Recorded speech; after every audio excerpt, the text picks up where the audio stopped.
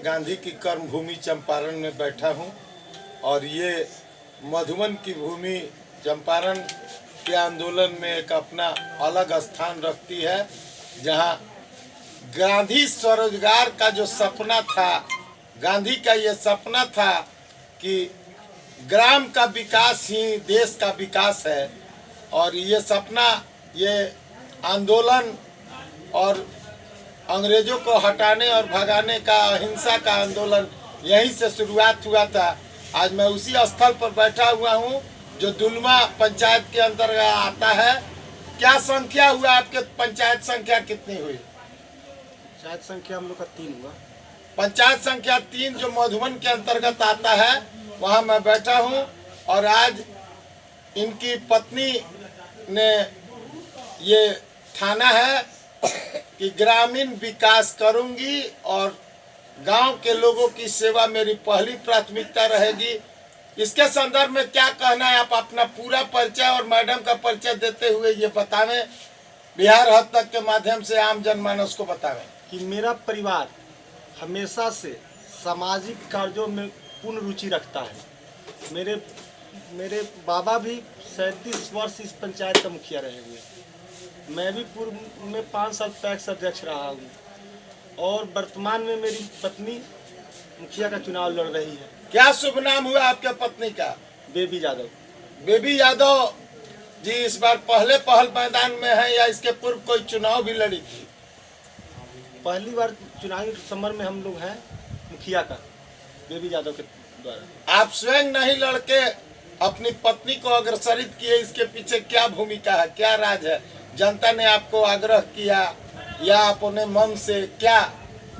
जब से हम लोग शादी के बंधन में बंधे उस वक्त से वो आई तो भी देखे हम लोग की सामाजिक कार्यों में उसका भी पूर्ण रुचि रहता है और गरीब बुढ़बों के सुख दुख में साथ देना, गरीब की शादी ब्याह हो वहाँ जाना, क्या नहीं है पता करना, उसका व्यवस्था करवाना, किसी असहाय व्यक्ति का इलाज हो रहा है कि नहीं गांव जवार में, इसका पता करना, फिर उसको जाना, उसको अस्पताल तक ले जाना, कौन बच्चा ठीक से नहीं पढ़ रहा है उसको स्कूल तक पहुंचवाने में जिम्मेदारी निभाना, ये सब हम लोग का दिनचर्या है। पंचायती राज लोगों ने बताया भ्रमण काल में कि पंचायती राज आपको विरासत में मिला था और आपके दादाजी के भी ये सपने थे कि पंचायती राज का समूल विकास किया जाए। जो अधूरा रह गया उसी को पूरा करने के लिए आप चुनाव लड़ रहे हैं। देखिए, अधूरी कार्य को तो पूरा हम लोग करबे करेंगे। सबसे बड़ी बात है कि 20 वर्ष से मेरे परिवार से कोई मुखिया का चुनाव नहीं लड़ा। उस समय भिन्न भिन्न करके 4 प्रत्याशी हुए, जीते और वो जनता की मूलभूत आवश्यकताओं को छोड़कर हमेशा अपने इर्द गिर्द रहने वाले की आवश्यकताओं को पूर्ति करने में व्यस्त रहे। अपने लोगों का विकास करने के संदर्भ में उनकी ज्यादा रुचि रही और इसको देखते हुए आपने ये ठाना कि मैं भी प्रतिनिधित्व करूंगा और मैं अपनी पत्नी को चुनाव लड़ाऊंगा। उसके तहत आप चुनाव लड़ा रहे हैं। जी जी। क्या मानसा है, क्या क्या समस्या है? आप कितने दिनों से भ्रमण कर रहे हैं? कितने वार्ड हैं, कितने पंचायत समिति हैं? इसका एक छोटा सा ब्यौरा हमको बताएं। देखिए, हमारे यहाँ 12,247 मतदाता है और मुखिया का प्रत्याशी भी अभी तक नामांकन जारी है, फाइनल नहीं कहा जा सकता है, लेकिन 5-6 उम्मीदवार हैं।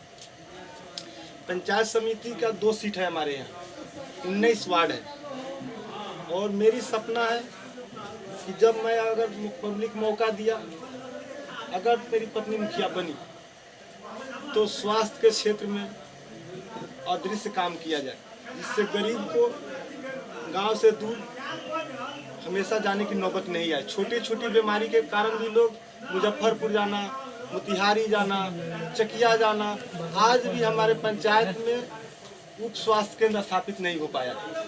दूसरी बात है आजाद। देखिए, अभी जो 1989 के पहले जब पीवी नरसिंह राव सरकार आई, आर्थिक उदारीकरण की नीति लाई, उससे जो डेवलपमेंट हुआ, सभी लोग के पास पैसा हुआ, सरकार को भी टैक्स के रूप में पैसा हुआ, तो विकास का जो गति बढ़ा वो 1989 से पहले नहीं थी। तो पूर्व में जो मुखिया थे हमारे ही बाबा थे, तो वैसा कोई व्यवस्था सरकार लाती ही नहीं थी। निधि के कम होने की वजह से नहीं हो पाया। जी जी। लेकिन वर्तमान हालात में निधि रहने के बावजूद भी इस पर संघर्ष नहीं हुआ, जिसके वजह से यहाँ स्वास्थ्य केंद्र अभी तक स्थापित नहीं हो सका। दूसरी, शिक्षा के क्षेत्र में हमारे यहाँ 2-2 हाई स्कूल था। हमारे पंचायत में 2-2 हाई स्कूल है जो प्राइवेट थे, सरकार उसको नहीं ले पाई। फिर भी वो टीचर लोग हमारे समाज को बहुत आगे ले गए। लेकिन हर आदमी को अपनी आवश्यकता पूर्ति करने के लिए आर्थिक मदद की जरूरत होती है, और आज का डेट में जो जर्जर है, जो प्रतिनिधि बने, अपना जो पंचम का पैसा होता है उससे हर विद्यालय में 1-2 कमरा हर साल बनवाया जा सकता था, जिससे बच्चा सुरक्षित होकर। भवन के अभाव में जो प्राइवेट स्कूल चल भी रही थी वो भी बंद हो गई। दूसरी बात है, घूसखोरी यहाँ चरम पर है। चाहे प्रधानमंत्री आवास योजना हो, नरेगा हो, चाहे योजना हो, में अभी सुविधा शुल्क के शिकार आपके ग्रामीण निरंतर होते रहे। जी। यह आपका आकलन है कि सुविधा शुल्क देने के अभाव में कितने लोग विकास से दूर हो गए।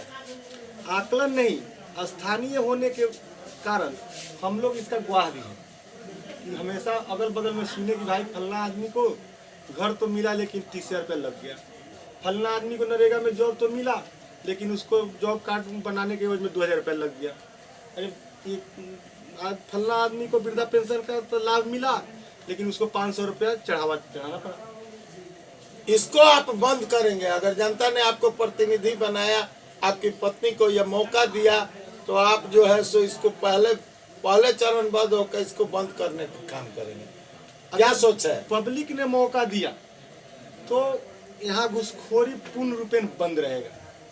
जो काम होगा जनता का मुखिया जनता के द्वार रहेगा, न कि वो अपने आवास पर रहेगा। यानी ग्राम पंचायत पर ही बैठकर सब चीज का निपटारा होगा।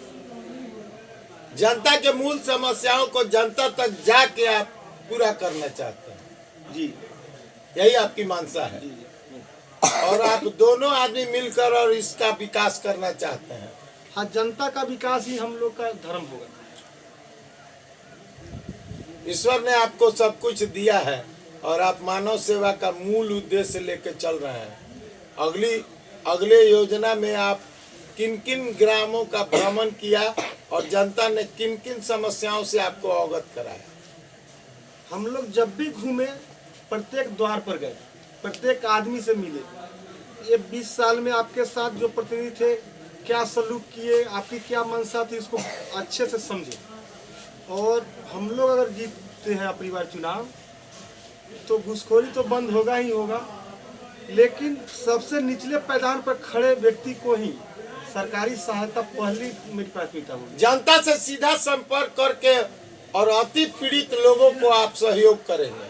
जी, जिनकी मूल समस्या है, उनको जरूरत है कि वे अभाव में जी रहे हैं। और ये पूछना चाहता हूँ कि ग्रामीण विकास का जो सपना था गांधी का, उसमें आप किस तरह से सहभागिता देंगे?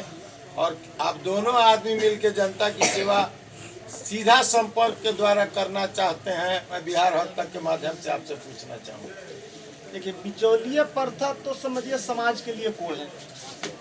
जब तक पूर्ण रूप में शिक्षा नहीं होगा, बिचौलिए का बोलबाला कम नहीं होगा। हम लोग इसीलिए शिक्षा पर ज़्यादा जोर देंगे। और जब शिक्षित समाज होगा तो हर बात को समझेगा भी ढंग से। वो अपने कहा आज के परिवेश में लोग ये 10 साल आगे नहीं सोचता है, एक दिन का फायदा सोचता है। आज मेरा हो गया तो आगे क्या होगा उसमें मकसद नहीं है। हम लोग इसके प्रति जागृति अभियान चलाएंगे।